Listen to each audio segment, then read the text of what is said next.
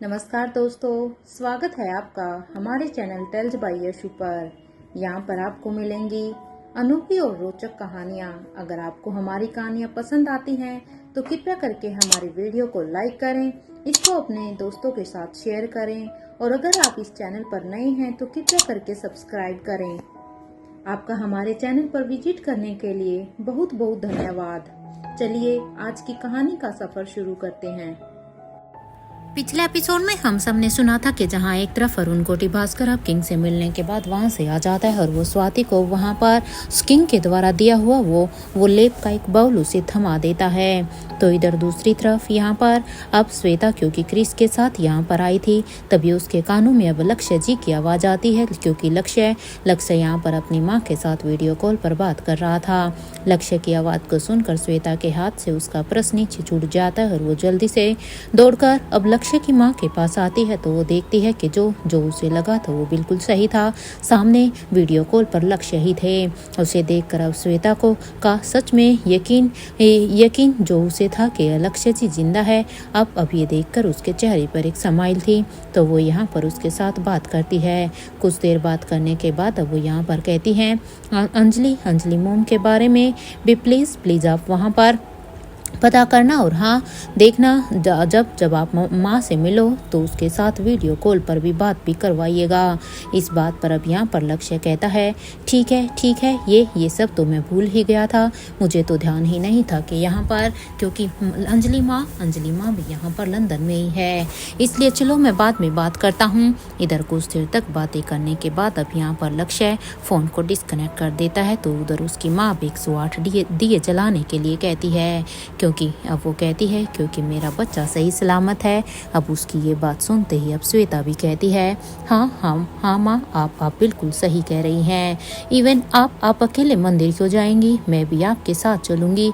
वो क्या है ना कि मुझे भी भगवान जी से सॉरी भी कहना है कि मैं उनसे नाराज़ हो गई थी और साथ के साथ उन्हें थैंक यू भी कहना है कि मेरे लक्ष्य जी अब सही सलामत हैं, सिर्फ भगवान जी की ही कृपा से, क्योंकि भगवान ने मेरे विश्वास को टूटने ही नहीं दिया था। मुझे कहीं ना कहीं लग ही रहा था कि मेरे लक्ष्य जी को कुछ नहीं हो सकता, वो दोबारा वापस आएंगे। देखा माँ, मेरा विश्वास जीत गया और ये सब किसी और की कृपा नहीं बल्कि भगवान जी की ही कृपा है हमारे ऊपर, इसलिए मुझे उन्हें थैंक यू कहना है। अब यहाँ पर श्वेता की इन बातों को सुनने के बाद अब लक्ष्य की माँ कहती है हाँ बेटा, तुम सही कह रही हो, सच में तुम्हारा विश्वास जीत गया है। जहाँ पर एक तरफ हम सबको लगने लगा था कि अब लक्ष्य इस दुनिया में नहीं रहा, तो उस वक्त बस एक तुम ही अपने विश्वास पर अडिग थी। तुम्हें ही पूरी तरह से यकीन था कि तुम्हारा लक्ष्य वापस आएगा और देखो तुम्हारा लक्ष्य सच में सही सलामत है। अब यहाँ पर इनकी बात यहाँ पर लक्ष्य की माँ और श्वेता दोनों ही बातें कर रही थी। इन दोनों की बातों को सुनने के बाद अब यहाँ पर फाइनली क्रिस कहता है हाँ ठीक है दी, आप भी आंटी के साथ जाओ, मंदिर में जाओ और मैं भी अभी यहाँ से चलता हूँ। और अब ये कहते हुए वो यहाँ पर लक्ष्य की माँ की तरफ देखता और कहता है वो आंटी क्या है ना, मैं तो बस यहाँ पर दीदी को छोड़ने के लिए आया था क्योंकि यहाँ पर आप अकेली थी, इसलिए मैं उसे यहाँ इसलिए लेकर आया था। लेकिन ये तो कितनी अच्छी न्यूज़ है कि अच्छा हुआ हम यहाँ पर आए और हमने अपनी आंखों से लक्ष्य जी को भी देख लिया और वो सही सलामत है। इसलिए चलो, जो काम मैं करने के लिए आया था वो तो हो गया, इसलिए अब मुझे यहाँ से जाने की इजाज़त दीजिए। लक्ष्य की ये बात सुनते ही इससे पहले कि क्रिस की ये बात सुनते ही इससे पहले कि लक्ष्य की माँ कुछ भी कहती कि तभी अब श्वेता कहती है अरे क्रिस, अभी कहाँ जा रहा है तू, थोड़ी देर और रुक जाना।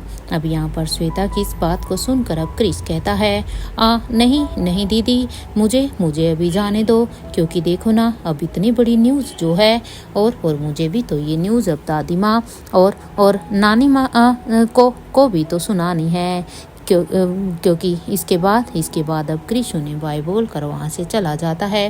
तो यहाँ पर अब लक्ष्य जी की अब माँ क्रिश के जाने के बाद अब कहती है बेटा बेटा देखो, अब तो सब कुछ सही सलामत है।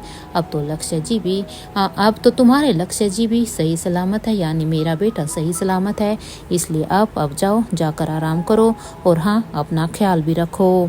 क्या हाल बना लिया है तुमने। सोचो, जब मेरा बेटा यहाँ पर आएगा और वो जब तुम्हारा ये हाल देखेगा तो वो तो मुझे ही कहेगा ना कि उसकी एब्सेंस में मैंने तुम्हारा ध्यान नहीं रखा।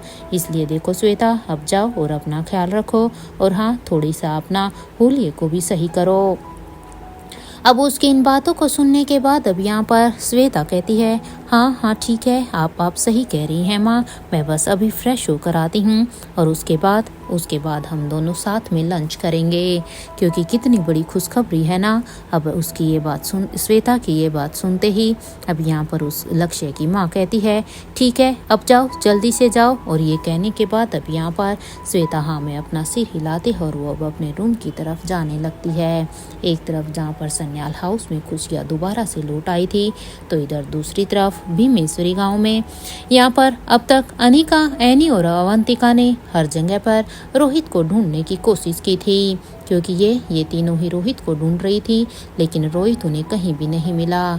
इवन रोहित का उन्हें अब तक कुछ पता ही नहीं चला। अब यहाँ पर रोहित को ना पाकर अब अवंतिका कहती है, अनिका क्या लगता है रोहित कहाँ पर होगा, क्या तुम्हें इसके बारे में कोई आइडिया है। तुम तो उसकी पत्नी हो ना, तो तुम उसके दिमाग को अच्छी तरह से समझ सकती हो। अवंतिका की इस बात पर अब अनिका कहती है, पता नहीं, मैं जब उनसे नाराज होकर गई थी तो मुझे तो लगा था कि वो मुझे मनाने के लिए मेरे पीछे पीछे आएंगे, लेकिन वो क्या है ना, जैसा मैंने सोचा था ऐसा तो उन्होंने कुछ भी नहीं किया। इसलिए अब मुझे इसके बारे में कोई भी आइडिया नहीं है कि अभी मिस्टर मारवा कहाँ है। अनिका की ये बात सुनते ही अब अवंतिका कहती है, तुम किंग से नाराज होती हो और वो तुम्हें मनाते भी हैं, लाइक सीरियसली, ये क्या कह रही हो अनिका तुम, क्या सच में तुम उस किंग से नाराज हो जाती हो, तुम्हें पता है ना वो किंग है। अवंतिका की ये बात सुनते ही अब अनिका कहती है, हाँ तो इसमें कौन सी बड़ी बात है, अगर माँ पापा से नाराज हो जाए तो पापा भी तो उन्हें मनाते ही हैं ना, तो इसमें मुझे तो कुछ अलग नहीं लगता, क्योंकि हम दोनों वो किंग बाद में है, लेकिन वो सबसे पहले मेरे पति हैं। अनिका की इस बात पर अब अवंतिका कहती है, तुम्हारे लिए ये बेशक ही एक छोटी सी बात होगी अनिका, लेकिन मेरे लिए तो ये एक बहुत ही बड़ी बात है, क्योंकि मेरे लिए तो वो किंग है। अब ये कहते हुए ही अवंतिका अब एकदम से ही खामोश हो जाती है।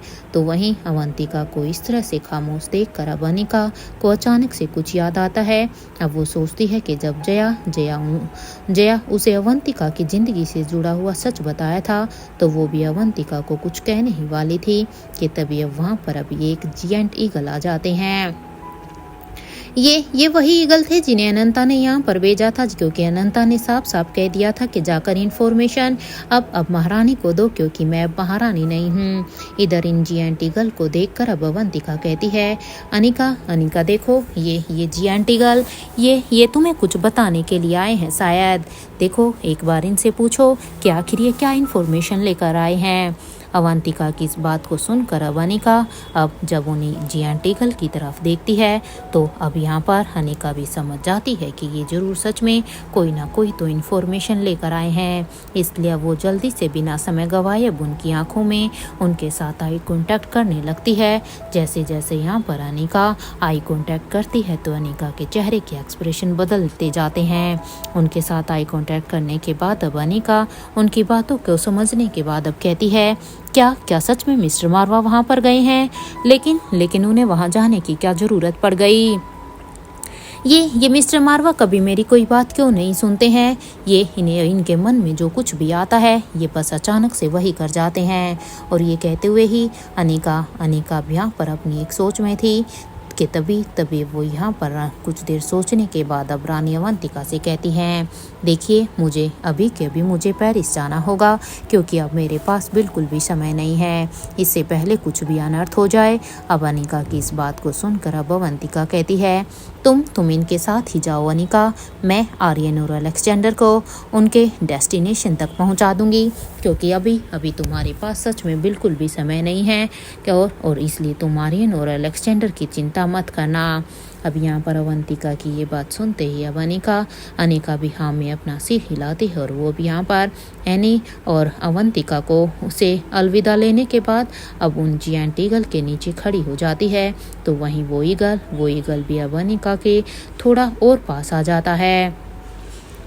इधर अनिका अब उनके पंजे में अब अपने हाथ को फंसा देती है। इधर कुछ ही देर में अनिका अब आसमान में होती है क्योंकि ये जियांट ईगल अब अनिका को लेकर उड़ जाते हैं। तो वहीं अनिका के जाने के बाद वहीं रानी अवंतिका अब यहाँ पर एनी से कहती है अब तुम्हें भी जाना चाहिए एनी, क्योंकि अब यहाँ पर तुम्हारा कोई काम नहीं है, क्योंकि तुम्हें मारवा हाउस में भी तो जाकर सब कुछ संभालना है ना। अब अवंतिका की ये बात सुनते ही अब एनी कहती है ओके मैडम, और ये कहते हुए ही एनी अब अनंता के घर की तरफ पहले जाने लगती है। इधर सनी और अब्दुल को लेने के लिए, क्योंकि उन्हें सनी और अब्दुल को अपने साथ लेकर फिर से मारवा हाउस के लिए निकलना था। और यहाँ पर एनी के जाने के बाद अब रानी अवंतिका फिर से मंदिर की तरफ बढ़ जाती है और मंदिर के पास जाने के बाद अब वो यहाँ पर उसके अंदर जाने लगती है। कुछ ही देर के बाद वो जैसे ही यहाँ पर सीढ़ियों से वापस से नीचे उतरती है तो वहाँ जाने के बाद अब अवंतिका देखती है कि तीनों बच्चे यहाँ पर बड़े ही शांत होकर बैठे हुए थे। अवंतिका ने कभी सोचा भी नहीं था कि वो कभी इतने शांत बैठ सकते हैं, क्योंकि उन्हें तो लगा था कि ये नॉर्मल बच्चों की तरह शैतान ही होंगे, इसलिए उन्हें शांत देखकर अब अवंतिका अब अपने मन में ही कहती है आर्यन और अलेक्जेंडर का तो पता है मुझे इनका नेचर थोड़ा सा अलग है, लेकिन रिया को क्या हो गया है। आर्यन और अलेक्जेंडर इन दोनों का ध्यान हमेशा अपनी स्टडी में रहता है। ये बाकी बच्चों की तरह ज़्यादा चंचल नहीं है, लेकिन जितना मैंने रिया को देखा और सुना है उसे देखकर तो सच में रिया इतनी शांत हो सकती है, ये तो मैंने कभी सपने में भी नहीं सोचा था। क्या हुआ है रिया को, क्योंकि रिया तो कभी एक जगह पर बैठ ही नहीं सकती है।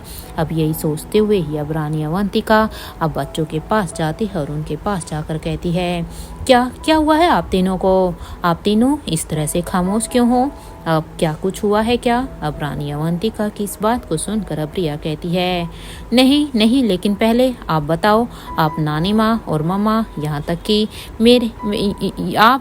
नानी माँ और मम्मा यहाँ तक कि मेरे जैसी क्यों हो, क्योंकि देखो जैसी मैं हूँ वैसी ही आप तीनों भी हो। आपको पता है आप कितनी प्रीटी हो, यू आर सो ब्यूटीफुल, लेकिन हाँ ये सबसे ज़्यादा ब्यूटीफुल तो मैं ही हूँ। और ये कहते हुए ही रिया अब अपनी जगह से उठ जाती है और अब अपनी जगह से उठने के बाद अब वो यहाँ पर अवंतिका की तरफ बढ़ जाती है। इधर अवंतिका जो कि अपनी जगह पर जाकर बैठ गई थी तो रिया अब उसे बैठता हुआ देखकर अब यहाँ पर उसके पास बैठ जाती है। और इधर रिया को ऐसा करता हुआ देखकर अब अवंतिका कहती है बेटा आप पीरामल रियासत की राजकुमारी है, आपको अब अपने अंदर थोड़ा सा तो बदलाव लाना ही होगा रिया, क्योंकि मैं जानती हूँ कि आप थोड़ी सी चंचल हैं, आप थोड़ी सी शैतान भी हैं, लेकिन अब आपको थोड़ा सा इन चीज़ों के अंदर सुधार करना होगा, क्योंकि आप पीरामल रियासत की होने वाली राजकुमारी हैं। यहाँ पर अवंतिका की ये बात सुनते ही प्रिया कहती है मैं अपने डैड की और अपने नानू की प्रिंसेस हूँ, मेरे लिए बस इतना ही काफ़ी है, क्योंकि मुझे किसी भी पीरामल रियासत की का कोई भी लालच नहीं है, क्योंकि मेरे डैड मुझे हमेशा ही अपनी प्रिंसेस कहते हैं और आपको पता है मेरे नानू भी मुझे यही कहते हैं। और अगर मैं अपने मन की बात बताऊं तो देखिए मैं बस इन दोनों की ही प्रिंसेस रहना चाहती हूँ। वैसे अब आप मुझे ये बताइए कि हम सोएंगे कहाँ पर, तो कुछ भी यहाँ पर तो कुछ भी सोने का नहीं है, मुझे तो यहाँ पर कुछ भी नहीं लग रहा, क्योंकि आपने कहा है ना कि अब हम आपके पास रहेंगे। अब इस बात को सुनकर अब अवंतिका कहती है सोएंगे कहाँ पर, इसका क्या मतलब है रिया, आप तीनों यहीं पर ही सोएंगे। और हाँ मैं कहूँगी वहीं आप तीनों को जो मैं यहाँ पर खाऊंगी वही मैं आप तीनों को यहाँ पर खिलाऊंगी, और देखो आप तीनों को भी वो खाना होगा। And Riya now no more pasta, क्योंकि मैं जानती हूँ कि आपको पास्ता बहुत ही पसंद है, इसलिए अभी यहाँ पर अब पास्ता आपको बिल्कुल भी नहीं मिलेगा, इसलिए जैसा खाना मेरा होगा वैसे ही आपको खाना होगा, वो भी बिना किसी एक्सक्यूज़ के। यहाँ पर रानी अवंतिका की ये बात सुनते ही अब रिया कहती है, मैं जब से इस गांव में आई हूँ ना, मम्मा ने पास्ता बनाया ही नहीं है। ये मेरे लिए कोई बड़ी बात नहीं है। हालांकि मम्मा अच्छी तरह से जानती है कि मुझे पास्ता कितना पसंद है, लेकिन इस गांव में तो ऐसी कोई भी फैसिलिटी है ही नहीं, इसलिए मैंने पिछले 6 महीनों से पास्ता खाया ही नहीं है। रिया की ये बात सुनते ही अब अवंतिका के चेहरे पर एक स्माइल आ जाती है, क्योंकि सच में रिया को यहाँ पर पिछले 6 महीने से उसकी पसंद का खाना नहीं मिला था, और जिस तरह से वो अपने मुंह को थोड़ा सा बदलते हुए जिस तरह से वो शिकायत कर रही थी, उसे देखकर अब वो अपने चेहरे पर स्माइल आने से रोक नहीं पाई। तो वहीं दूसरी तरफ अब तक दिल्ली में अभी यहाँ पर क्रिस्टोफर का चोपर अभी उड़ने ही वाला था, क्योंकि क्रिस्टोफर यहाँ पर अलेक्जेंडर के क्लोन को किडनैप करके लाया था, तो इसलिए वो यहाँ से उड़ने ही वाला था कि वो अचानक से अब फिर से वापस से नीचे आने लगता है। जैसे ही ये चोपर नीचे आने लगता है, तो ये देखकर अब क्रिस्टोफर अब अपने पायलट को के ऊपर चिल्लाते हुए कहता है, तुम्हारा दिमाग खराब हो गया है क्या? हाँ, ये क्या कर रहे हो तुम? देखो, हमें यहाँ से पेरिस जाना है, इसलिए अभी इस चोपर को ऊपर करो, इस चोपर को, लेकिन तुम नीचे लेकर क्यों जा रहे हो? अरे तुम्हारा दिमाग तो ठीक है ना? तुम जानते हो अगर इस वक्त तुम इस चोपर को नीचे लेकर जाओगे तो ना तो तुम बचोगे और ना ही मैं। क्रिस्टोफर की इस बात को सुनने के बाद अब वो पायलट कहता है, देखिए सर, मैं कुछ भी नहीं कर रहा हूँ। ये चोपर तो ऑटोमेटिक मोड पर जा चुका है। अब मैं इसका कंट्रोल अपने हाथ में हालांकि लेने की कोशिश कर रहा हूँ, लेकिन मैं कामयाब ही नहीं हो पा रहा हूँ, क्योंकि आपको भले ही लग रहा होगा कि इस चोपर को मैं नीचे लेकर जा रहा हूँ, लेकिन ऐसा कुछ भी नहीं है, क्योंकि इस चोपर को अब मैं नहीं चला रहा, इसको कोई अपने कंट्रोल में लिए हुए है। अब यहाँ पर उसकी ये बात सुनते ही अब क्रिस्टोफर कहता है, क्या बकवास कर रहे हो तुम? क्या अब तुम किसी भी काम के नहीं हो? सच में तुम एक यूजलेस पर्सन हो। यहाँ क्रिस्टोफर ने अभी अपने गुस्से में तमतमाते हुए ये कहा ही था कि तभी अचानक से वो चोपर अभी यहाँ पर आसमान में फिर से उड़ने लगता है, और इस बार जब वो चोपर जैसे ही उड़ने की कोशिश करता है, तो यहाँ पर क्रिस्टोफर के चेहरे पर एक स्माइल आती है कि फाइनली अब वो यहाँ से सीधा पेरिस जाएगा। लेकिन इससे पहले वो यहाँ पर थोड़ी देर और भी खुश होता। अब ये चोपर वहाँ पर गोल गोल घूमने लगता है, और इन्हीं सब में अब यहाँ पर अलेक्जेंडर, क्योंकि वो उसे यहाँ पर क्रिस्टोफर ने अब पकड़ा हुआ नहीं था, इसलिए जैसे ही ये चोपर गोल गोल घूमता है, तो अलेक्जेंडर अब उस चोपर से नीचे गिर जाता है। उसे ऐसे गिरता हुआ देखकर तो अब क्रिस्टोफर एकदम जोर से चिल्लाने लगता है, क्योंकि क्रिस्टोफर ने तो ये सब सोचा ही नहीं था। उसे तो लगा था कि वो यहाँ पर अच्छी तरह से अलेक्जेंडर को अपने साथ लेकर पेरिस चला जाएगा, लेकिन अब उसे गिरता हुआ देखकर अब क्रिस्टोफर चिल्लाते हुए कहता है, अलेक्जेंडर, और ये कहते हुए ही वो जंप करते हुए ही उसके पीछे गिर जाता है, क्योंकि अलेक्जेंडर तो वहाँ पर एक्सीडेंटली गिरा था, लेकिन क्रिस्टोफर अब उस चोपर में से ऊपर से ही छलांग लगा देता है। इधर ऊपर से गिरने के बाद यहाँ पर वो जैसे ही जमीन पर गिरता है, तो वहीं पर ही बेहोश हो जाता है, क्योंकि ये चोपर अभी थोड़ी सी ऊपर ही था, इसलिए क्योंकि यहाँ पर अलेक्जेंडर के क्लोन को तो शायद कुछ भी ना हो, लेकिन क्रिस्टोफर एक ह्यूमन था, इसलिए वो ये सब चीज़ उसकी बॉडी बर्दाश्त नहीं कर पाई। तो वहीं दूसरी तरफ एक तरफ जहाँ पर ये सब कुछ हो रहा था, तो दूसरी तरफ यहाँ पर ब्लैक पैलेस में यशपाल अग्रवाल यहाँ पर अब अपने कमरे में बैठे हुए थे। वो इधर अपनी ही सोच में थे, और वो अभी भी यही सोच रहे थे कि अब तक तो उस क्रिस्टोफर का फ़ोन मेरे पास आ जाना चाहिए था। मैंने उस क्रिस्टोफर को अच्छी तरह से उसे इंस्ट्रक्शन दे दिए थे कि उसे कैसे क्या करना है। उसे जल्द से जल्द अलेक्जेंडर को मेरे पास लेकर आना चाहिए था, और अभी तक उसका फ़ोन क्यों नहीं आया है? उसे तो मुझे फ़ोन करके बता देना चाहिए था कि वो कब तक आ रहा है, और क्योंकि उसे यहाँ पर अनिका के उस बेटे को लेकर यहाँ पर आना चाहिए था ना, तो उसे मुझे बताना चाहिए था कि उसने उसे किडनैप किया भी है या नहीं, और अगर कर लिया है तो क्या वो उसे यहाँ पर लेकर आ रहा है। अब तक मुझे उसकी कोई इन्फॉर्मेशन क्यों नहीं मिली? नहीं, ऐसा नहीं हो सकता।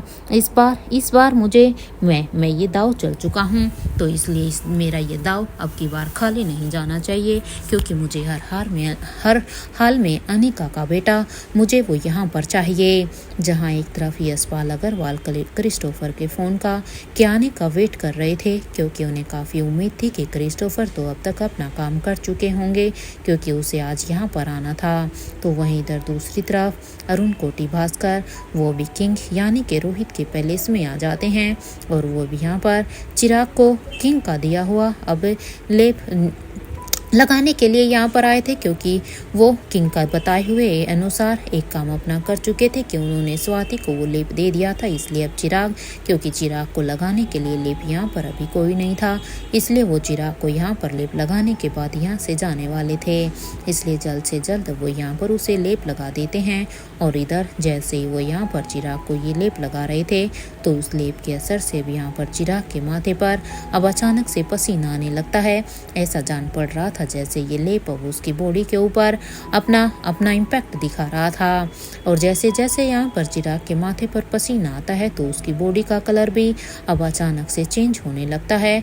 इधर उसकी बॉडी को इस तरह से चेंज होता हुआ देखकर अब अरुण कोटी भास्कर कहते हैं, ऐसा इसका क्या मतलब समझूं मैं? आखिर वो किंग की स्टैचू यहाँ पर कब आएगी? मुझे तो कुछ भी समझ में नहीं आ रहा। मैं जैसे जैसे इस लेप को यहाँ पर चिराग के माथे पर लगा रहा हूँ, तो इसकी बॉडी का कलर ये चेंज क्यों हो रहा है? ये मैं इसे एक पॉजिटिव सिग्नल समझूं या नेगेटिव? अब मुझे कुछ भी समझ में नहीं आ रहा है, क्योंकि अगर वो किंग की स्टैचू यहाँ पर अब तक आ जाती, तो शायद वो मुझे बता सकती थी कि इस लेप का चिराग के ऊपर क्या असर हो रहा है। यहाँ चिराग को ऐसे देखकर अब अरुण को कुछ भी समझ ही नहीं आ रहा था कि तभी उसके कानों में अब किसी के कदमों की आहट सुनाई देती है। ऐसा जान पड़ता है कि कोई उनकी तरफ ही बढ़ रहा है। इधर वो जैसे ही अब यहाँ पर किसी के कदमों की आहट को सुनकर जब दरवाजे की तरफ देखता है, तो सामने कोई और नहीं बल्कि अनिका खड़ी हुई थी। इधर यहाँ पर अरुण कोटी भास्कर जैसे ही वहाँ पर दरवाजे के पास अनिका को खड़ी होते हुए देखता है, तो उसे देखकर अब वो यहाँ पर कहता है, तुम कौन हो? अब यहाँ पर अरुण की इस बात को सुनकर अनिका, जो कि यहाँ पर अनिका नहीं बल्कि वो किंग की स्टैचू थी, क्योंकि किंग की स्टैचू ने यहाँ पर अनिका का मास्क लगाया हुआ था। वो पेरिस में अनिका बनकर आई थी, इसलिए अब किंग की स्टैचू कहती है, यू नो हु एम आई? और ये कहते हुए ही अब वो यहाँ पर ज़्यादा अरुण को कुछ भी नहीं कहती, और वो सीधा ही अब चिराग की तरफ बढ़ जाती है।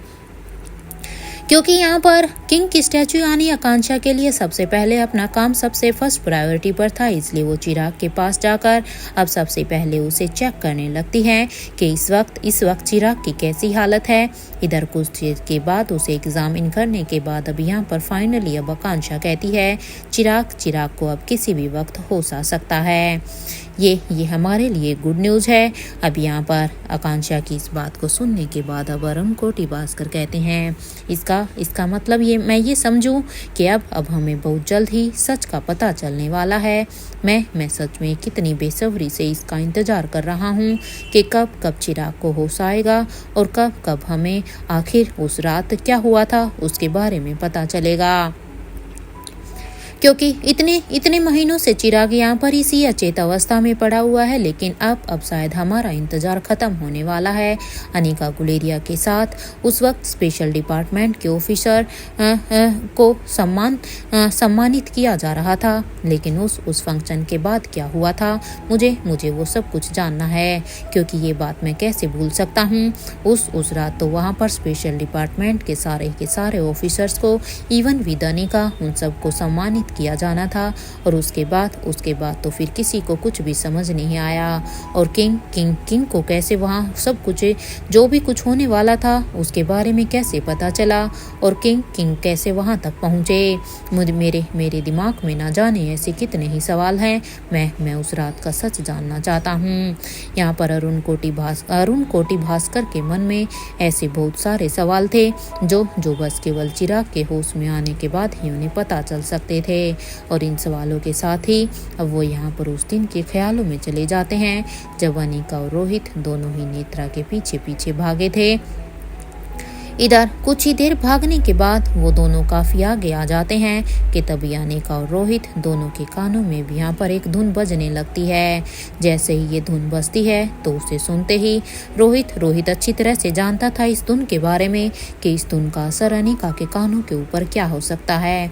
हालांकि रोहित के ऊपर इस धुन का असर नहीं होने वाला था, इसलिए रोहित अब अपने कानों पर अपने हाथ ना लगाकर सबसे पहले वो यहाँ पर अनिका के हाथ को पकड़कर अब उसे आगे जाने से रोक देता है, क्योंकि रोहित बिल्कुल भी नहीं चाहता था कि इस धुन के ज्यादा संपर्क में जाने से अनिका अब यहाँ पर मंत्रमुग्ध हो जाए। इधर रोहित की इस हरकत को देखकर अनिका काफी हैरान होती है और अब अनिका यहाँ पर रोहित से कहती है, मिस्टर मारवा, ये क्या कर रहे हैं आप? देखिए, जल्दी चलिए मिस्टर मारवा, क्योंकि अब की बार हम इस नेत्रा को अपने हाथ से निकलने नहीं दे सकते हैं। अगर आप यहीं ऐसे ही मुझे भी रोक कर रखेंगे तो वो नेत्रा हमारे हाथ से निकल जाएगी और इस बार हम उस नेत्रा को छोड़ने का बिल्कुल कोई भी चांस नहीं ले सकते, क्योंकि ये अब हमारे लिए ज़्यादा खतरा बनती जा रही है। अब यहाँ पर अनिका की इस बात को सुनने के बाद अब यहाँ पर रोहित कहता है, नहीं अनिका, अब हम यहाँ से आगे बिल्कुल भी नहीं जाएंगे, क्योंकि यहाँ से आगे जाना अब हमारे लिए ठीक नहीं होगा। तुम्हें अभी कुछ समझ में नहीं आ रहा है Anika, but trust me, it's not safe for us, specially for you. क्योंकि यहाँ पर रोहित उस धुन को सुनने के बाद समझ गया था कि अब यहाँ से आगे अगर अनिका जाती है तो उसके बाद खुद अनिका को भी पता नहीं होगा कि उसके साथ क्या हुआ। इसलिए यहाँ पर रोहित को अनिका की चिंता थी और वो यहाँ पर इसलिए अनिका को बचाने के लिए नेत्रा को छोड़ने के लिए तैयार था। इधर अनिका अब रोहित की इन बातों को सुनने के बाद काफ़ी हैरान थी कि आखिर रोहित कहना क्या चाहता है और वो इस तरह से नेत्रा को अपनी आंखों के सामने जाता हुआ कैसे देख सकता है। इसलिए भी यहाँ पर अनिका अपनी हैरानी में ही अब रोहित से कहती है, मिस्टर मारवा, नेत्रा फिर से हमारे हाथ से निकल गई। आपने मुझे क्यों रोका? क्योंकि आज मैं उस नेत्रा को बिल्कुल भी नहीं छोड़ने वाली थी, क्योंकि इस नेत्रा का अब ये सच में बहुत ही कुछ ज़्यादा हो गया है। अनिका की इस बात को सुनकर अब रोहित कहता है, इट्स ओके अनिका, मैं मानता हूँ कि नेत्रा अब हमारे हाथ से निकल गई है, लेकिन हम उसे फिर कभी पकड़ सकते हैं, लेकिन अभी हम उसके पीछे नहीं जा सकते, इसलिए प्लीज़ अभी यहाँ से वापस चलो। यहाँ पर अनिका और रोहित दोनों ही अब एक दूसरे के साथ ही बातें कर रहे थे, जहां अनिका यहाँ पर रोहित को समझाने की कोशिश कर रही थी कि उसे नेत्रा के पीछे जाना चाहिए, क्योंकि अनिका को अब तक नहीं पता था कि आगे कौन सा खतरा उनका इंतजार कर रहा है। तो वहीं रोहित ने इस खतरे को पहले ही भांप लिया था, इसलिए वो अनिका को बिल्कुल भी बिल्कुल आगे बढ़ने नहीं दे रहा था कि ये दोनों अभी यहाँ पर इसी कसम में ही थे कि तभी वहाँ पर अब राजीव गुलेरिया और स्वाति मल्होत्रा ये दोनों भी वहीं पर ही आ जाते हैं। राजीव जैसे ही अब यहाँ पर आता है तो राजीव के कानों में जब वो धुन गई तो अब उस धुन को सुनने के बाद अब यहाँ पर राजीव के मुंह से अब अचानक से ही निकल जाता है, ओ माय गॉड, यहाँ से सर्जी का एरिया, और मैं यूँ कहूँ तो नेत्रा की चाल शुरू हो जाती है। अब इससे आगे सर्जी का एरिया है, मेरे ख्याल से अभी हमें यहाँ से चलना चाहिए, क्योंकि ये सर्जी के एरिया के साथ साथ यहाँ पर नेत्रा का इल्यूजन भी स्टार्ट हो चुका है। अब ये सुनते ही जैसे ही ये बात अनिका के कानों में गई तो अब अनिका और स्वाति दोनों ही अब एक दूसरे को देखने लगते हैं कि आखिर राजीव कहना क्या चाहता है, और वो चारों अब एक साथ ही वहां से जाने लगते हैं, क्योंकि एक तरफ रोहित इस बात को अच्छी तरह से जानता था तो इधर राजीव की ये बात सुनकर अब उनके पास कोई ऑप्शन नहीं था, इसलिए अब ये चारों ही अब वहां से सीधा ही मनाली सिटी के अंदर जाने लगते हैं, क्योंकि यहाँ पर अब तक इन्होंने इस जहरीली गैस को तो ख़त्म कर लिया था। और जैसे ही अब ये मनाली सिटी में जाते हैं तो वहाँ जाते हुए ही अब अनिका एक बार पीछे मुड़कर फिर से देखती है तो पहली नज़र में तो उसे सब कुछ सही लग रहा था, लेकिन जब वो ध्यान से देखती है तो भी यहाँ पर उसे भी कुछ गड़बड़ लगता है। अब तक यहाँ पर मनाली के लोग अब उस गैस से पूरी तरह से आज़ाद हो गए थे, तो इधर इंस्पेक्टर अब्बास अभी अपनी पूरी टीम के साथ अपनी रिपोर्ट को रेडी करते हैं, क्योंकि उन्हें अब अपनी रिपोर्ट यहाँ पर अब अपने हेडक्वार्टर में भी सबमिट करनी थी, इसलिए वो यहाँ पर अब अपनी रिपोर्ट को पूरी तरह से तैयार करते हैं। और अब यहाँ पर इस रिपोर्ट को तैयार करते हुए वो भूमिका से कहते हैं, मैं इसे डिपार्टमेंट में सबमिट करने के लिए जा रहा हूँ। भूमिका, देखो लोगों का नुकसान तो काफ़ी हुआ है, लेकिन हाँ हमारे लिए खुशी की बात यह है कि अब सब कुछ ठीक है। अब शायद अब ज़्यादा और किसी को नुकसान नहीं होगा। फाइनली हम अब यहाँ पर सब कुछ अंडर कंट्रोल है। यहाँ पर इंस्पेक्टर अब्बास की इस बात को सुनने के बाद अब भूमिका कहती है, इंस्पेक्टर अब्बास आप दिल्ली जाइए, मैं यहाँ पर सब कुछ हैंडल करती हूँ, क्योंकि अभी जो लोग अभी यहाँ पर ठीक नहीं हुए हैं उन्हें भी देखते हैं। उसके बाद ही मैं वापस से डिपार्टमेंट में आऊँगी। जैसे ही यहाँ पर सब कुछ सेटल होता है तो मैं खुद ब खुद डिपार्टमेंट को ज्वाइन करती हूँ। भूमिका की इस बात को सुनकर अब इंस्पेक्टर अब्बास कहते हैं, ठीक है भूमिका, मैं यहाँ से जाता हूँ, क्योंकि मुझे सबसे पहले रिपोर्ट को सबमिट करना है। और ये कहते हुए ही वो वहाँ से जाने लगते हैं। तो वहीं भूमिका भी वहाँ से लाइफ केयर हॉस्पिटल की तरफ जाने लगती है। इधर भूमिका के साथ साथ निखिल भी अब वहाँ पर चला जाता है। इधर कुछ ही देर में अब तक अनिका और रोहित ये दोनों भी अभी होटल पैराडाइज के प्रेसिडेंशियल स्वीट में आ जाते हैं। तो वहीं एक तरफ जहाँ अनिका और रोहित अपने प्रेसिडेंशियल स्वीट में आते हैं, तो वहीं राजीव गुलेरिया अब अपने रूम में जाकर अब यहाँ पर महेंद्र पीरामल से कहता है, उठो महेंद्र, तुम इतना तेज भी तुम्हें इतना तेज भी नहीं लगा है। और वैसे भी उस रहस्यमयी जंगल में बने उस लैब में आखिर ऐसा क्या हुआ था जो वहाँ एक अचानक से ब्लास्ट हो गया। तुम उठो, तुम्हें पहले मुझे इसके बारे में बताना होगा। यहाँ राजीव अब महेंद्र को बड़े ही ध्यान से देख रहा था। तो वहीं दूसरी तरफ उस होटल के बेसमेंट में अभी एनी, जॉन और आकांक्षा ये तीनों ही अभी यहाँ पर स्वाति मल्होत्रा के साथ थे। उन्हें देखकर अभी यहाँ पर आकांक्षा कहती है, अब मुझे यहाँ से चलना चाहिए, क्योंकि अब यहाँ पर सब कुछ अंडर कंट्रोल है।